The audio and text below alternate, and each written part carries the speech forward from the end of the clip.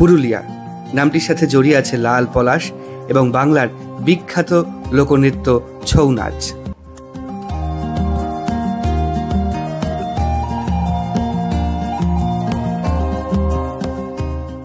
ভরা বসন্তে পলাশের দেশ পুরুলিয়া দেখতে কেমন লাগে সেই ইচ্ছে ছিল বহুদিনের।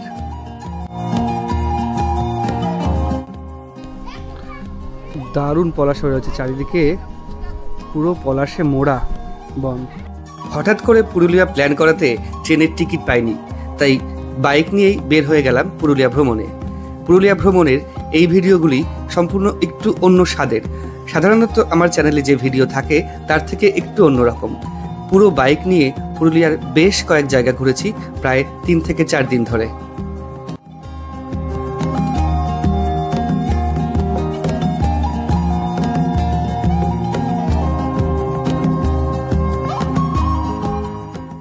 পাহাড়ি আঁকাবাঁকা পথে গাড়ি চালানোর অভিজ্ঞতা আমার এই প্রথম।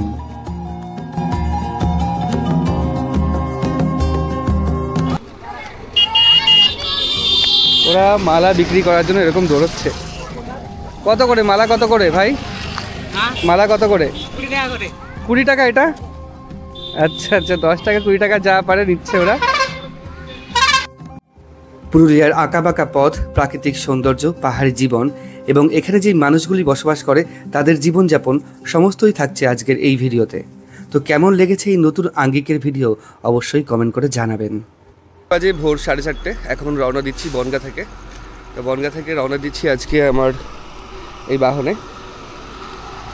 তো এখনও অন্ধকার চারিদিক। তো এখান থেকে যাব চাকদায়, তারপর চাকদা থেকে ম্যাপ অন করব। এখান থেকে ম্যাপ অন করে তারপরে আমরা আজকে পৌঁছবো পুরুলিয়ায়। পুরো অযোধ্যা পাহাড়ে ডাইরেক্ট চলে যাব।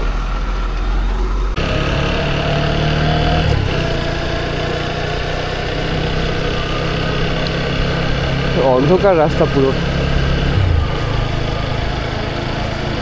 আর মোটামুটি আধ ঘন্টা 1 ঘন্টা পরে আলো ফুটে যাবে, তখন এতটা অন্ধকার থাকবে না। আর গরম ভালোই পড়ে গেছে সুন্দর, ওর জন্য সকালবেলা কিন্তু ভালোই গরম লাগবে।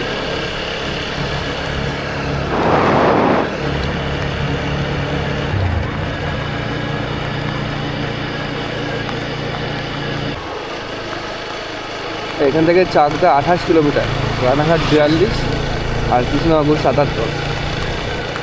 এখান থেকে ওয়ান ওয়ে শুরু হয়ে যাচ্ছে, ডিভাইডার দেওয়া, কিন্তু ওয়ান ওয়ে মোটামুটি 100 মিটার মতো ছুটতে হচ্ছে, বাদ বাকি পুরো চাকদা রোড ওয়ান ওয়ে খতম। তার কারণ এই ওয়াটার পাইপ লাইনের কাজ হচ্ছে, গঙ্গার জল খাবার জল হিসেবে আসবে, তাই পুরো একটা দিক জুড়ে কাজ হচ্ছে। ওয়ান ওয়ে বন্ধ, একটা রোড দিয়েই এখন, একটা লেন দিয়েই যাতায়াত দুটোই হচ্ছে, যাওয়া আসা। ওর জন্য একটু স্লো হবে যাওয়া। যদি ওয়ান ওয়ে চালু থাকতো, একটা রোড দিয়ে শুধু যাওয়া যেত বা একটা রোড দিয়ে আসা এরকম চালু থাকতো, তাহলে অনেকটা তাড়াতাড়ি চাকদা পৌঁছানো যেত। যেহেতু ওটা নেই, তোর জন্য একটু দেরি হবে।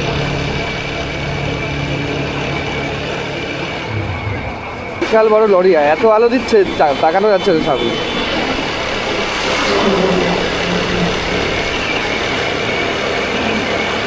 রাস্তা প্রায় অর্ধেক হয়ে গেছে, অর্ধেক শুরু হয়ে গেছে পাইপ লাইনের কাজের জন্যে। আরোই অন্ধকার, মোটামুটি আরও 1 ঘন্টা লাগবে আলো ফুটতে।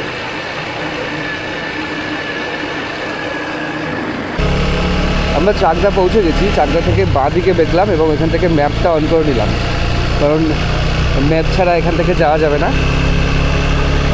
আর অনেকটা দেরি লাগবে চাকদা পৌঁছাতে, যেহেতু একটা রাস্তা দিয়ে যাতায়াত হচ্ছে, তাই তো ম্যাপ অনুযায়ী আমরা যাব।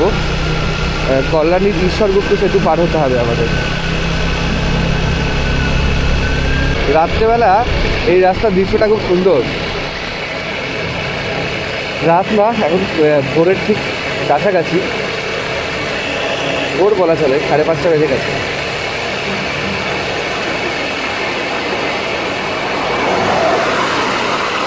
এই রাস্তায় গাড়ির গতিবেগ প্রচণ্ড থাকে।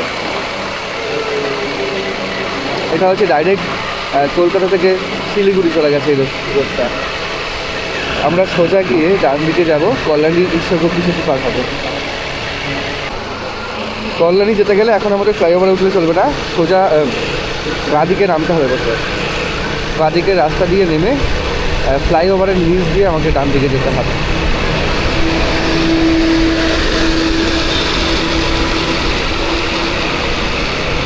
সোজা গেলে বড় ঝাগুলিয়া।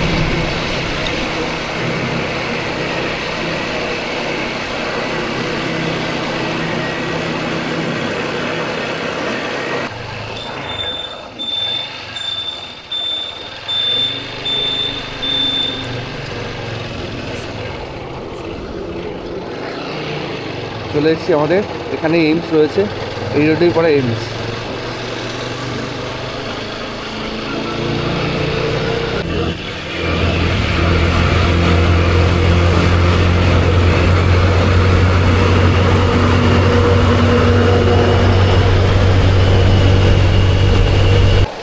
ডান দিকে কল্যাণী এইমস, এটা হচ্ছে 3 নম্বর গেট, আর 3 নম্বর গেটের এটা 2 নম্বর গেট, আর সামনে রয়েছে 1 নম্বর।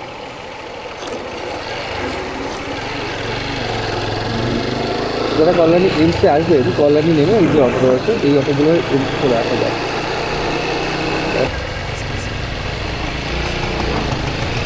এখানে হাইট লিমিট করা আছে, এই হাইটের বেশি গাড়ি এর উপরে উঠবে না।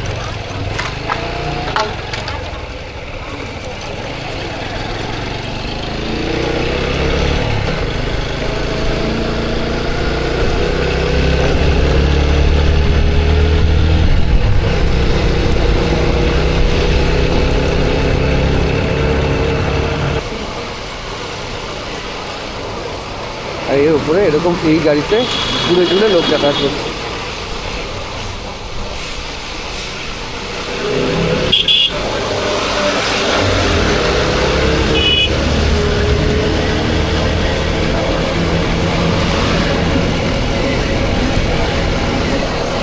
সেতুর কাজ শেষ হতে মোটামুটি আরও 5 বছর তো লাগবেই, 4-5 বছর তো লাগবেই। আরও অনেক কাজ বাকি এখন নতুন সেতু।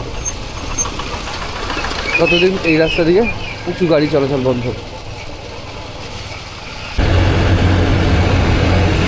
ভোরবেলার সময় সামনে বিশাল কুয়াশা, কিছু দেখা যাচ্ছে না, আর একটু সামনেই এইরকম সাদা হয়ে গেছে।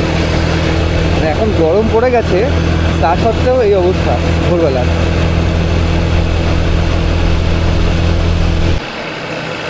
এখান থেকে বর্ধমান আর 66 কিলোমিটার। বর্ধমান গিয়ে আমরা আবার দাঁড়াবো, বর্ধমান গিয়ে সকালের ব্রেকফাস্টটা করে নেব।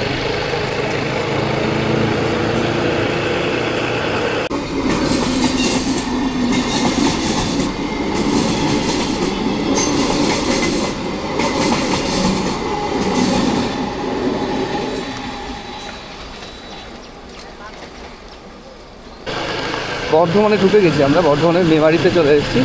প্রথমে মেমারি থানা ক্রস করলাম, তারপর মেমারি পৌরসভা, আর মেমারি রেল গেটের যে সেখানে যে রেল গেট সেটাও ক্রস করলাম।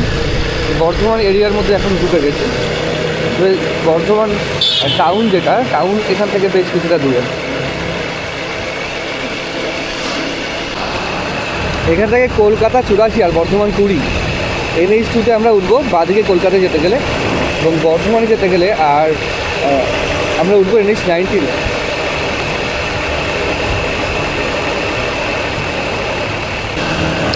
এখন আমরা উঠে পড়ছি জিটি রোডে বা গ্র্যান্ড ট্রাঙ্ক রোডে।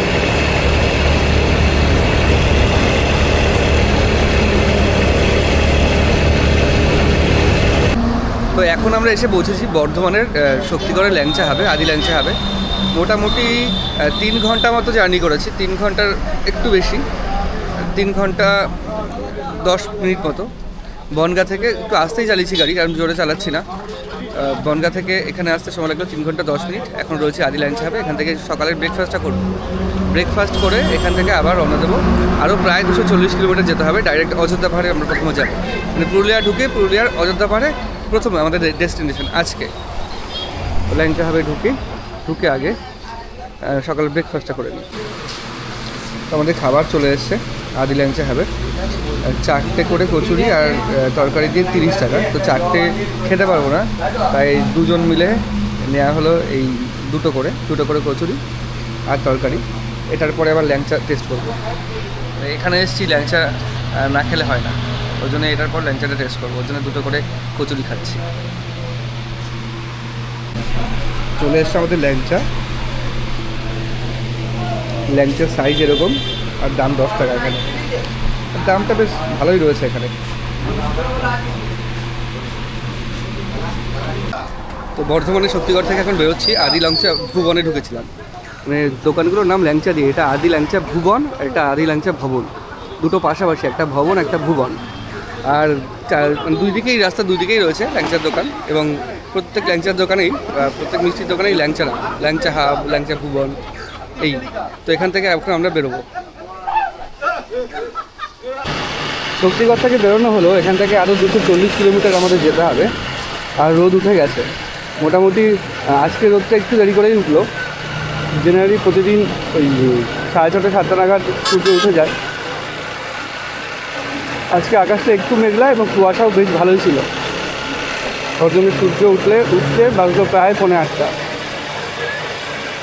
তো এইরকমভাবেই যেতে হবে, আরও মোটামুটি 5 ঘন্টা মতো সময় লাগবে দেখাচ্ছে এখান থেকে। ওই 1টা নাগাদ অযোধ্যা পাহাড়ে পৌঁছতে পারবে।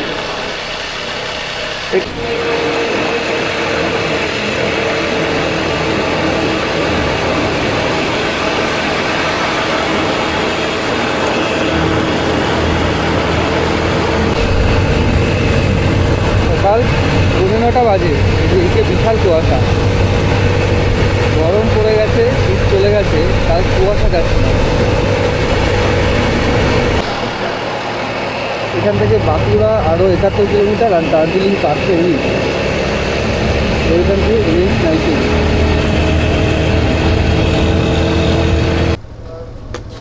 হয়ে গেছে? না না, বিল লাগবে না।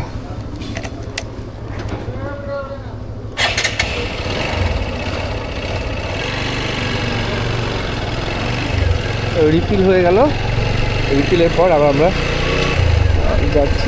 রিফিল হয়ে গেল, ট্যাঙ্কি রিফিল।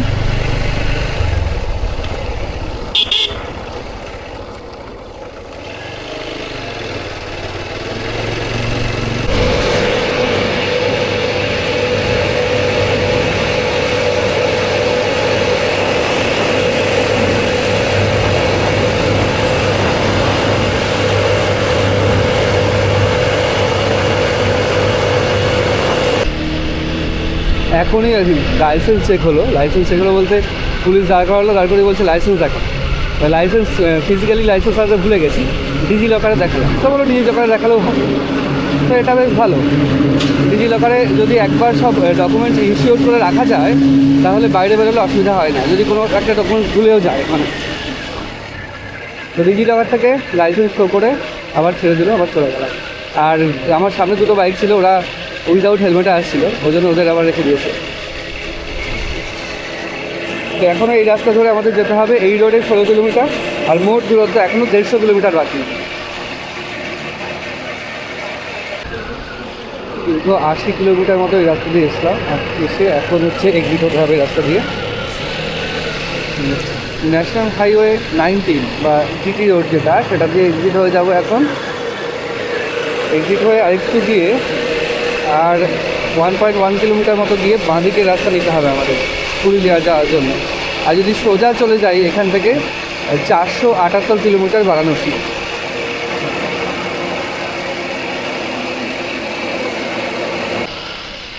এখন আমরা যাচ্ছি বর্ধমানের রানীগঞ্জের উপর দিয়ে। রানীগঞ্জের কয়লা খনি, পশ্চিমবঙ্গের বিখ্যাত কতগুলো কয়লা খনি রয়েছে, তার মধ্যে রানীগঞ্জ হচ্ছে উল্লেখযোগ্য এবং প্রথম। রানীগঞ্জে সবচেয়ে বেশি কয়লা পাওয়া যায়, বর্ধমানেই পাওয়া যায়। পশ্চিমবঙ্গের মধ্যে প্রথম রানীগঞ্জ, দ্বিতীয় আসানসোল। দুই দিকে সোনাঝুরি গাছের জঙ্গল, আর মাঝখান থেকে পথ, খুব সুন্দর লাগছে পথে। তবে ওয়ান ওয়ে হলে ভালো হতো এটা। এতক্ষণ দিল্লি রোডে এসে যা স্পিড ছিল গাড়ি এবং যত রিলায়েবল গাড়ি চালানো ছিল, এই রোডে অতটা নেই। মাঝখান থেকে রানীগঞ্জ যেই সিটিটা, রানীগঞ্জ সিটিটা খুব মানে ঘিঞ্জি, এবং ওখানে গাড়ি চালানোও খুব মুশকিলে, ওইটুকু পার হতেই অনেক সময় লেগে গেছে। তারপরে আমরা এখন রয়েছি দুর্গাপুর পুরুলিয়া যে রোড, সেই দুর্গাপুর পুরুলিয়া রোডে। এখনও বাকি 114 কিলোমিটার। আর সময় লাগবে যা দেখাচ্ছে গুগল ম্যাপে সেই সময় অনুযায়ী সময় লাগবে প্রায় 3 ঘন্টা। আর এদিকে পলাশের দেখা এখন কী হচ্ছে।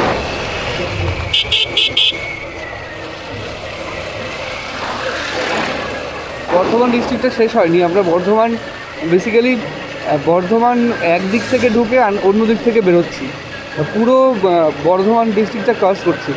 ওই জন্যে বর্ধমান ডিস্ট্রিক্টটাতেই এত সময় লেগে যাচ্ছে আমাদের।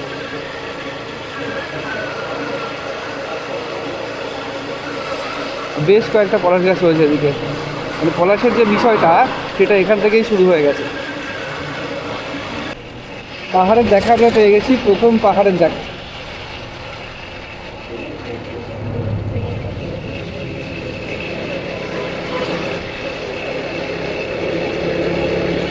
মোটামুটি বেরিয়েছি 4:10-15, তারপর এই পাহাড়ের দেখা অনেকক্ষণ পরে। তবে এটা শুরু হলো, এই পাহাড়টা দিয়ে শুরু হলো। এরপর যদি আমরা পুরো পুরুলিয়ায় প্রবেশ করি, পাহাড়ি পাহাড়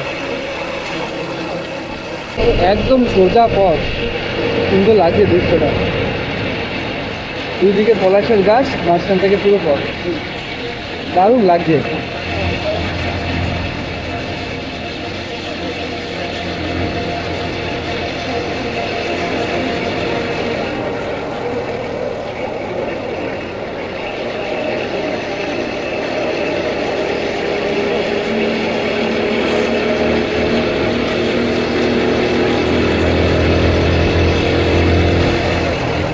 পুরো পলাশে রাঙা হয়ে উঠেছে এই।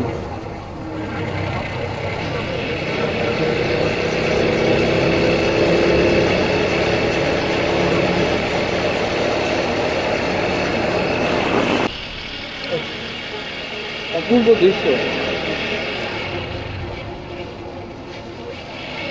এদিকে রাঙা পলাশ, মাঝখান থেকে রাস্তা, অপূর্ব দৃশ্য।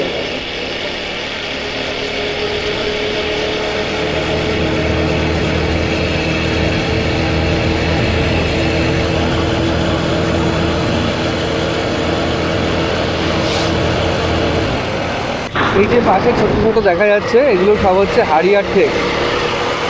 হাড়িয়া, তারপরে ওই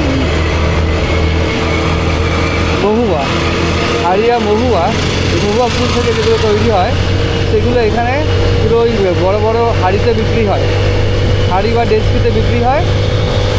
এবং ওখানে অনেকে ইট পেতে বসে থাকে এবং ওটা পান করে, ওটাই এখানে চলে। পাঞ্চেত বাঁধ এখান থেকে 29 আর অযোধ্যা পাহাড় 81 কিলোমিটার। আমরা ডাইরেক্ট অযোধ্যা পাহাড়ের ডেস্টিনেশন বেড়েছি একদম, তো আরও 81 কিলোমিটার আমাদের যেতে হবে এখন। এখান থেকে বাঁ দিকে গেলে জয়চণ্ডী পাহাড়, আদ্রা এইসব দিকে চলে যাব। অনেক দেখার জায়গাগুলো দেখছি আগেই রয়েছে। আমরা আসার দিন এটা করার চেষ্টা করবো, জয়চণ্ডী পাহাড় দেখা। আমরা 300 কিলোমিটার মতো জার্নি করেছি, 300 হয়নি, 290 কিলোমিটার মতো জার্নি করেছি, বাইক চালিয়েছি। এখন বাজে 11:20, মানে মোটামুটি 4:15 যদি ধরা যায়, 4, 5, 6, 7, 8, 9, 10, মোটামুটি 7 ঘন্টায় 290 কিলোমিটার মতো এসেছি। তো একঘেয়ে বাইক চালাতে পেছন ব্যথা হয়ে যাচ্ছে, ওই জন্য এখন আখের রস খেয়ে নেবো। আখের রস খেয়ে এখান থেকে আরও 73 কিলোমিটার যেতে হবে আমাদের।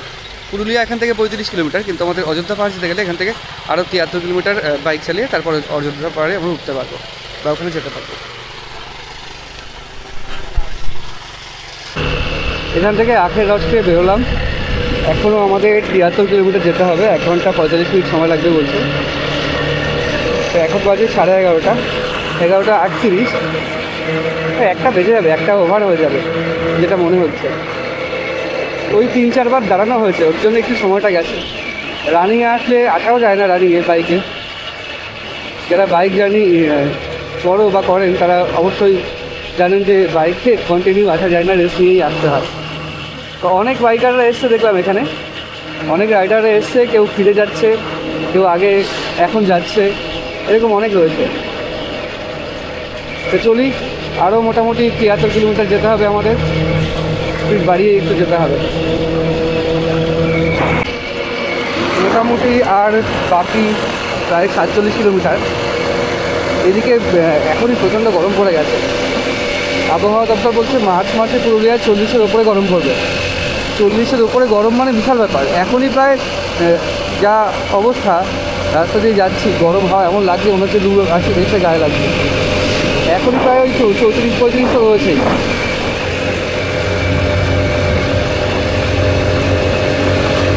আর যদি মার্চেই 40 হয় তাহলে তো এবার গরমে 50 ছাড়িয়ে যাবে পুরুলিয়া। মারাত্মক গরম হবে এবার। আর এখানে যেই মানুষগুলো বসবাস করে তাদের জীবন যে কী অবস্থা হবে সেটা একবার অনুমান করলেই বোঝা যাচ্ছে। আর মাত্র 30 কিলোমিটার গেলে অযোধ্যা পাহাড়। আর এখানে ওই কাকু ভেড়া, ছাগল, গরু একসঙ্গে চড়াচ্ছে। আর আমরা এখন যেই গ্রামে আছি তার নাম হচ্ছে বরাকডি বা বরাকডি গ্রাম। ওইদিকে সূর্যমুখী ফুল হয়েছে, দারুণ লাগছে সূর্যমুখী ফুলগুলো দেখতে। তবে আমরা ওইদিকে আর যাবো না সূর্যমুখী ক্ষেতের দিকে, কারণ অনেকটা দেরি হয়ে গেছে। আমরা সোজা যাব, এখনও 30 কিলোমিটার গেলে অযোধ্যা পাহাড়। পথের দুধার পুরো পলাশে রাঙা হয়ে গেছে, আর দারুণ সুন্দর লাগছে দেখতে। সব পর্যটকদের গাড়ি ওর জন্য এখানে দাঁড়িয়েছে। দারুণ সুন্দর পলাশগুলো। তো পলাশের মালা বিক্রি হচ্ছে, মালা পড়ছে অনেকে, আবার পলাশ ফুল কুড়িয়ে আনছে।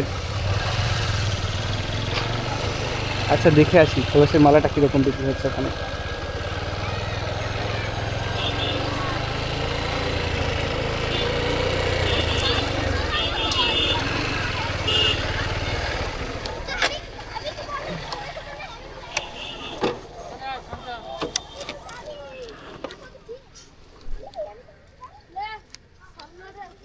কি হলো?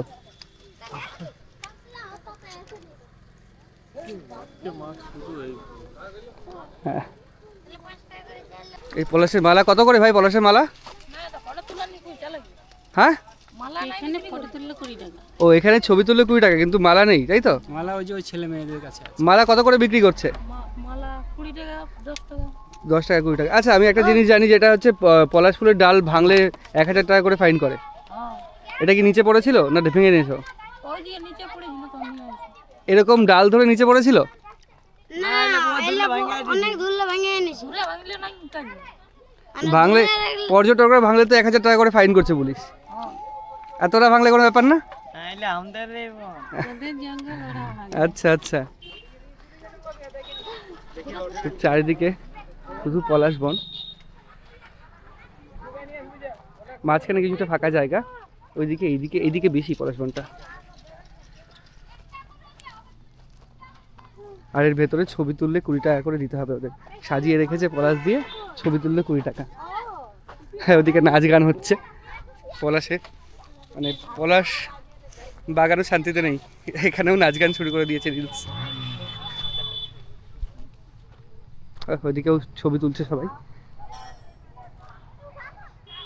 দারুণ সুন্দর বাগান, দারুণ পলাশ হয়ে আছে চারিদিকে, পুরো পলাশে মোড়া বন। বেশিরভাগ পর্যটক এখানেই দাঁড়িয়েছে। কিছু কিছু বাচ্চা যেই পলাশ ফুলগুলো পড়ে রয়েছে সেই পলাশ ফুলগুলো তুলে ওরা মালা বানিয়ে বিক্রি করছে 10 টাকা করে। পলাশ ফুলের পরিমাণ হতে অনেক অনেক পলাশ ফুল রয়েছে, কিন্তু ওরা দাম নিচ্ছে 10 টাকা। বাচ্চারা 10 টাকা নিচ্ছে, অনেকের প্রয়োজন নেই, তাও ওরা কিনছে 10 টাকা দিয়ে, যাতে বাচ্চাদের একটু আর্থিক দিক থেকে ওদের উপকার হয় তাই। আর ওরা পলাশ ফুল বিক্রি করে এখান থেকে ফুচকা খাচ্ছে।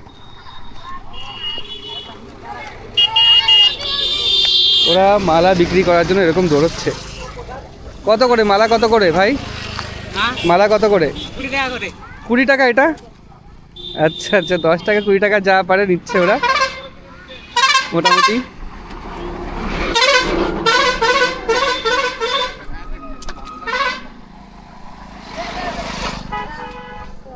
মালা বিক্রি করে ফুচকা খাচ্ছে, ওদেরও বেশ মজা। ফুল কুলিয়ে মালা বিক্রি করছে 10 টাকা 20 টাকা করে, যা পাচ্ছে তাই দিয়ে ফুচকা। আর এখানে ছবি তোলার জন্য 20 টাকা করে। আচ্ছা, আমরা এই পলাশ বাগান থেকে এগিয়ে যাই, এগিয়ে গিয়ে সামনে অযোধ্যা পাহাড়ের দিকে এগোই।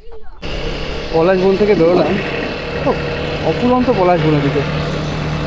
এদিকে ওই ভিতর দিকটায় শুধু পলাশ ফুল, আর কিচ্ছু নেই। এবং পলাশ ফুলেরও অনেকগুলো রং দেখলাম।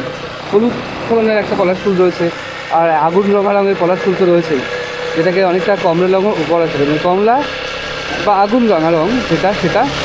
আর হলুদ পলাশ ফুল আর একটা সাদা পলাশ ফুল। দেখি সাদা পলাশ ফুল দেখতে পারি কিনা, যদি দেখতে পারি আপনাদের অবশ্যই দেখাবো।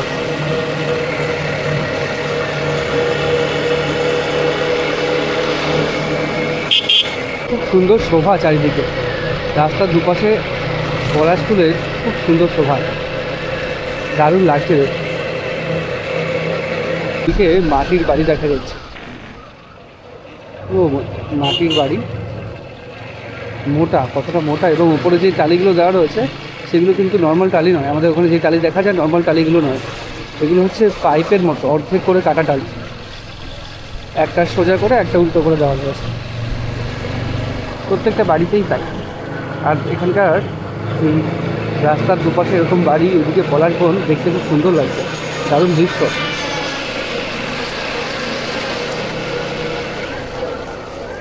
পুরুলিয়ায় জলের সমস্যা রয়েছে, ওই জন্য বড়ো একটা পুকুর রয়েছে এখানে। পুকুর কিন্তু খুব কমই দেখতে পেলাম, এই একটা বড় পুকুর। অযোধ্যা হিলটপ এখান থেকে 13 কিলোমিটার, আপার দাম 18, লোয়ার দাম তো নিচে। ওই পুকুরেই সবাই স্নান করছে। তো আমাদের সোজা এই দিক থেকে গিয়ে আবার ডান দিকে যেতে হবে।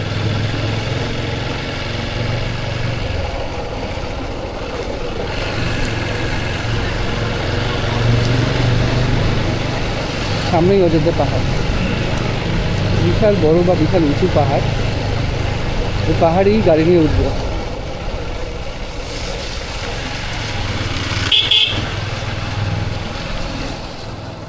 মাথায় পুরো জিনিসপত্র নিয়ে যাচ্ছে লোকজন, কিন্তু পাবলিক ট্রান্সপোর্টটা খুবই কষ্ট।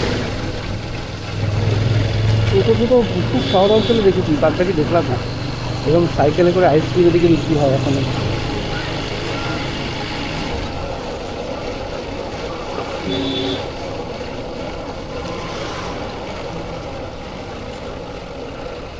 তবে একটা জিনিস দেখলাম, এখানে প্রত্যেকটা রেস্টুরেন্টের নাম দেওয়া রয়েছে। আচ্ছা, ওখানে হচ্ছে পাহাড় কোথায় জিজ্ঞাসা করছি তাই। যাই হোক, এখানে আরেকটা জলাশয়। আর প্রত্যেকটা রেস্টুরেন্ট বা হোমস্টে যেগুলো, সেগুলোর ফলক দিয়ে ওখানে লেখা রয়েছে, এবং প্রত্যেকটা নামও দেওয়া রয়েছে ওখানে, এবং বেশিরভাগটাই দেওয়া রয়েছে। এখানকার দৃশ্যটা খুবই সুন্দর।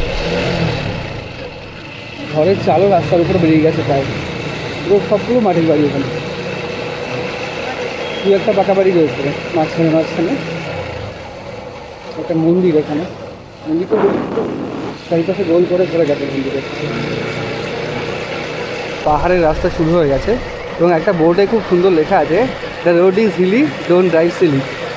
বেশ ভালো, মজার লেখা। তো পাহাড়ের রাস্তা শুরু হয়ে গেছে, উঁচু নিচু এঁকে বেঁকে আমাদের পুরো অযোধ্যার উপরে যেতে হবে বা উঠতে হবে।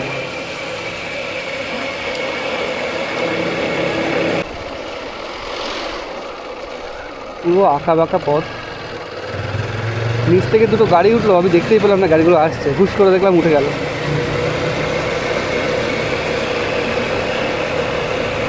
সামনে একই রকম রয়েছে।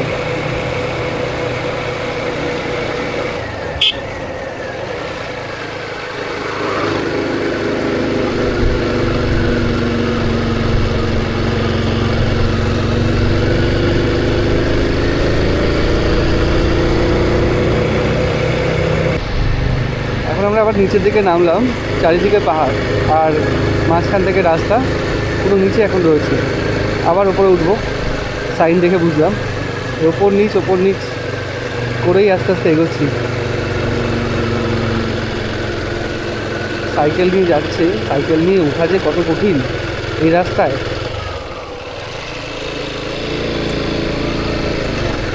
এনারা মাথায় করে কাঠ নিয়ে যাচ্ছে।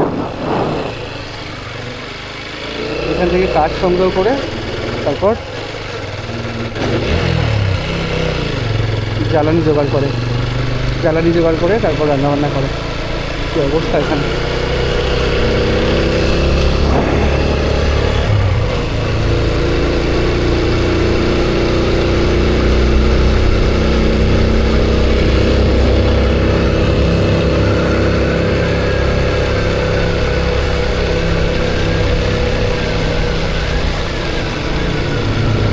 সামনে একটা রিসর্ট রয়েছে, আকাশ হিলটপ রিসর্ট।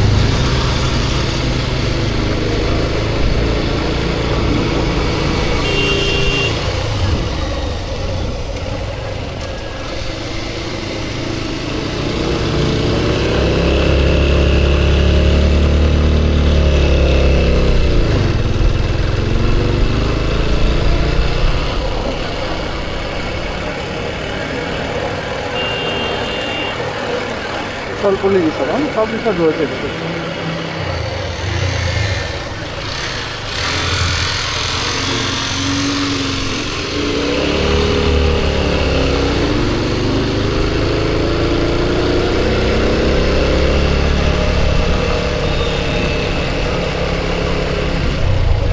চারিদা এখান থেকে 25 কিলোমিটার, বাঘমুন্ডি একুর।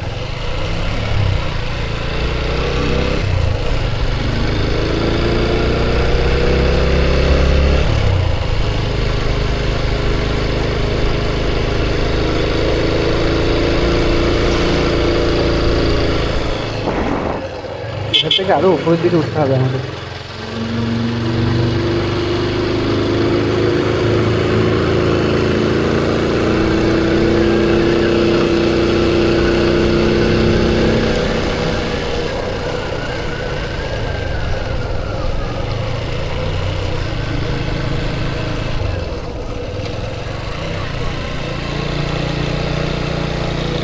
আঁকা বাঁকা রাস্তা, আর এটা একটা ভিউ পয়েন্ট।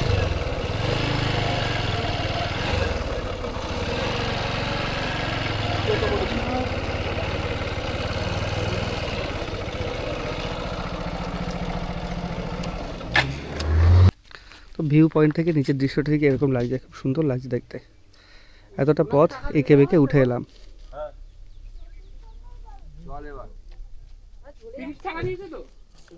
আমরা ওই দূর থেকে এসেছি, ওখান থেকে এসে এরকম এঁকে বেঁকে ওপাশ দিয়ে বেঁকে আবার এলাম। আরও মানে মোটামুটি এঁকে বেঁকে আরও অনেকটা উপরে যেতে হবে আমাদের। খুব সুন্দর একটা ভিউ পয়েন্ট দেখলাম। ওই জায়গাটা থেকে নিচের দৃশ্যটা বা আঁকা বাঁকা পথটা খুব সুন্দর লাগছে দেখতে। তো এখান থেকে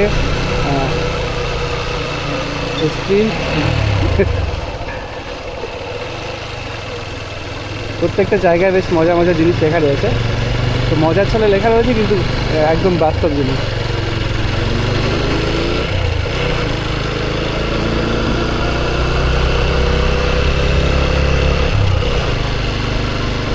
তো আমরা হিল টপের দিকে একদম যাচ্ছি। ছবির মতো সুন্দর গ্রাম, পুরুলিয়া অযোধ্যা পাহাড়ের ওপরে লাহাডুঙ্গি।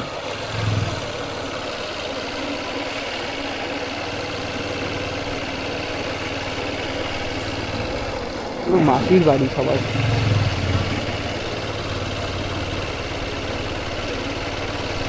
ছাতনি সামনে 1 কিলোমিটার।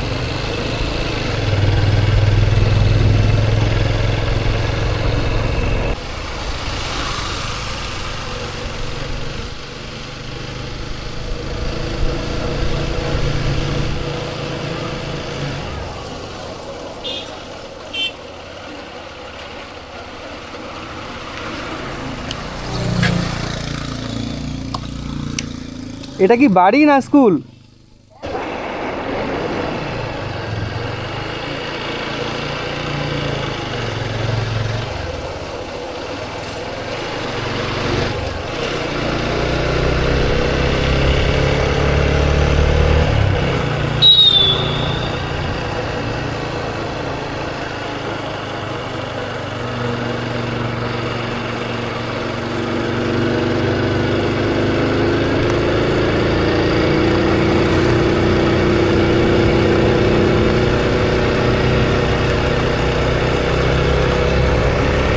আমরা পৌঁছে গেছি অযোধ্যা হিল টপে। আর সামনেই রয়েছে ছোট্ট একটা হাসপাতাল। হাসপাতাল বলতে বেসিক্যালি হাসপাতাল লেখা রয়েছে, স্বাস্থ্যকেন্দ্র। আর বিভিন্ন হিল টপের রেস্টুরেন্ট রয়েছে এখানে। এই যে হাসপাতাল বা স্বাস্থ্যকেন্দ্র, এমার্জেন্সি ট্যুরিস্ট পারপাস এটা করা হয়েছে এখানে। আর এইদিকে আবার হিলটপ থেকে যদি আমরা ওপাশে যাই তাহলে আমরা বাঘমুন্ডি রেঞ্জের দিকে চলে যাব বা বাঘমুন্ডি পাহাড়ের দিকে চলে যাব।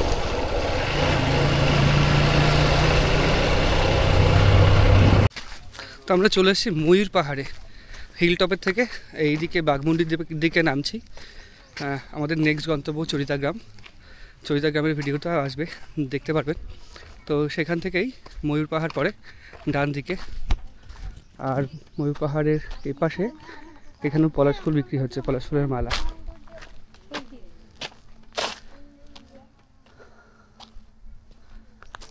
আর এই রকম পথ। কোন দিক থেকে যেতে হবে, এদিক থেকে এদিক থেকে? আচ্ছা, ওরা বাংলা ভাষা খুব কম বুঝতে পারে। যাই হোক, ময়ূর পাহাড়ে উঠবো। বললো যে উঠতে 2 মিনিট মতো সময় লাগে, দেখি কত সময় লাগে।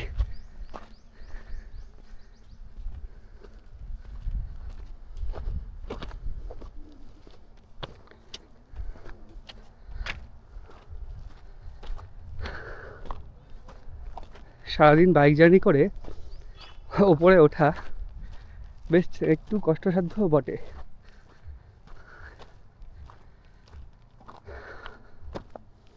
বাহ, এখানকার ভিউজটা দারুণ। সবাই ছাতা নিয়ে আসছে রোদ জন্যে। ছাতা ছিল, ছাতা ব্যাগে থাকে সবসময়, কিন্তু ব্যাগ ভারী জন্যে বাড়িতে ছাতা নামিয়ে রেখে এসেছি।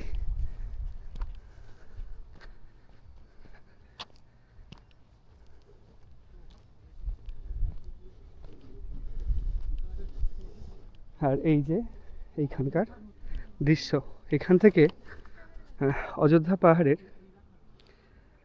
যে নিচের বা মাঝের যে গ্রামগুলো রয়েছে সেগুলো পুরোপুরি দেখা যাচ্ছে। আর যেই বড় বিল্ডিংগুলো রয়েছে সেগুলো রাস্তার পাশেই পড়ে।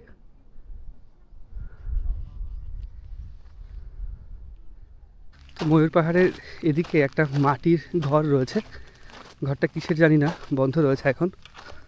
আর ওপাশ দিয়ে ঘুরে এসে বেশ কিছুটা এসে সামনে সিঁড়ি রয়েছে ওপরে ওঠার। বেসিক্যালি একটু টাফ আছে ওঠা, তবে অতটা টাফও নয়। তবু এই পুরো খাড়াটা ওঠার জন্য সিঁড়ি করে দিয়েছে, নাহলে খাড়াটা ওঠা বেশ টাফেরই ছিল।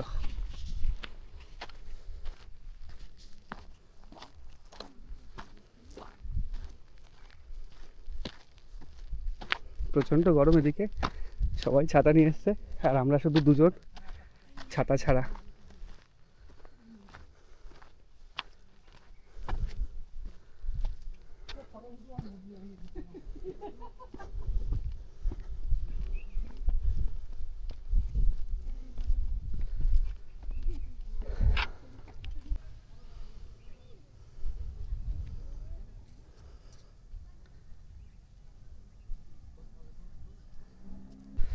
তো ময়ূর পাহাড়ের ওপর একটা ওয়াচ টাওয়ার রয়েছে, যেটায় উঠলে নিচের দৃশ্যটা আরো সুন্দর করে দেখা যাবে। আর এদিকে রয়েছে একটা মন্দির, জয় শ্রীরাম লেখা পতাকা। মানে এখানে রাম সীতার মন্দির হতে পারে, না হনুমানজির মন্দির রয়েছে।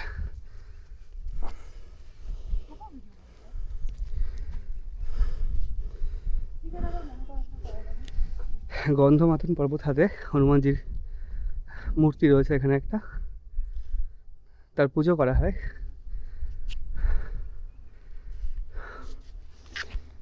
দু মিনিট বললো উঠে, পাহাড়ি অঞ্চলের মানুষ তো বললো 2 মিনিট, আমাদের উঠতে 10 মিনিট সময় লেগেছে। তবে বেশি কষ্টসাধ্য নয় বিষয়টা, যেহেতু কাল রাত জাগা, আবার এতটা জার্নি করা হয়েছে, ওর জন্য হয়তো একটু কষ্ট লাগছে। এখানে বেঞ্চ রয়েছে, এখানে বসে ছবি তোলা যাবে। নিচে পুরো জঙ্গল, আর ওই পাশে একটা গ্রামের কয়েকটা বাড়ি দেখা যাচ্ছে।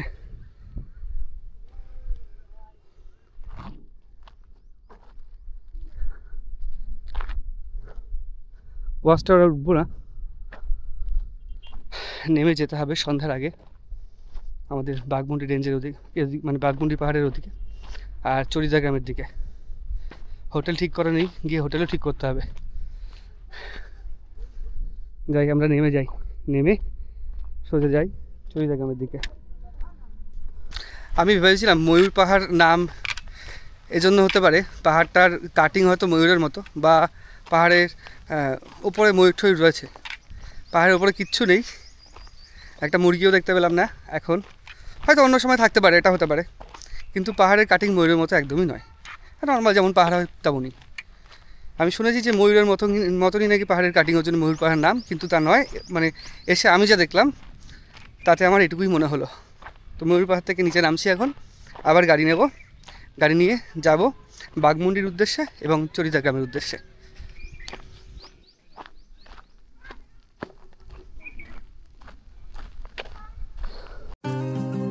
লালমাটির এই পথ ধরে আমাদের পরবর্তী গন্তব্য হতে চলেছে মুখোশ গ্রাম চরিদা। আমরা রাত্রি যাপনও সেখানে করব।